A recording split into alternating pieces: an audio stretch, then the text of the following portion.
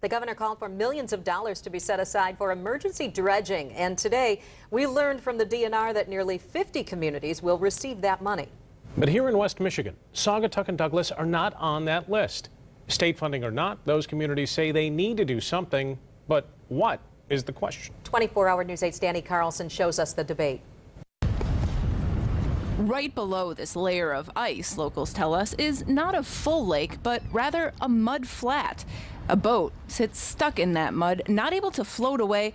Eventually, we're told, it will have to be moved off the makeshift island where it now sits with a crane. Silt deposits and historically low lake levels mean Saugatuck and Douglas have to do some emergency dredging, state funding or not. We continue to lose economic base, the tourist opportunities. The other thing that happens is that the value of the properties deteriorates as well.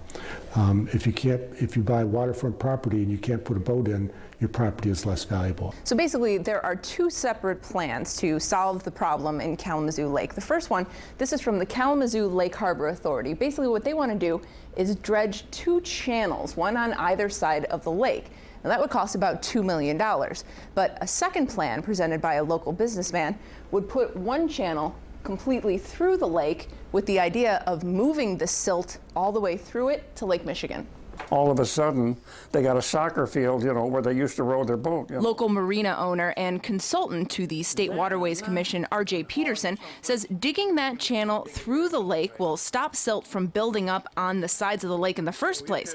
He says curing the disease rather than treating the symptoms. There is no other alternative.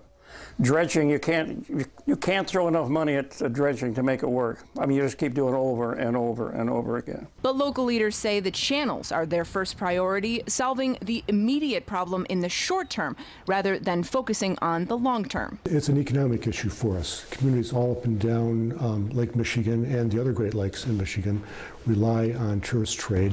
In Douglas, Danny Carlson, 24-hour News 8.